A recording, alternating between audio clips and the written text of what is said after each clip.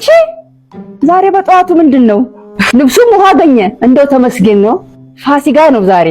አልተቻልሽም።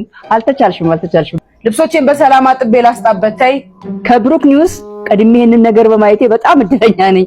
ብሩክ ኒውስ ዛሬ ምን ሊያወራ ይሆን? ቀደምኩት እኔ። ኧረ ጭዌ ማዘር አልተቻልሽም። በቃ እንዴ የጨራረሽ ነው እንዴ? እሷን ውሃ ሳትደፊያት አንድ የቤተክርስቲያን ለጠላለችኝ። አለቅልቂልኝ እመርቅሻለሁ ልጄ። እማ ደግሞ ልክ ስጨርስ ነው እንዴ ጠቢልኝ የምትይኝ?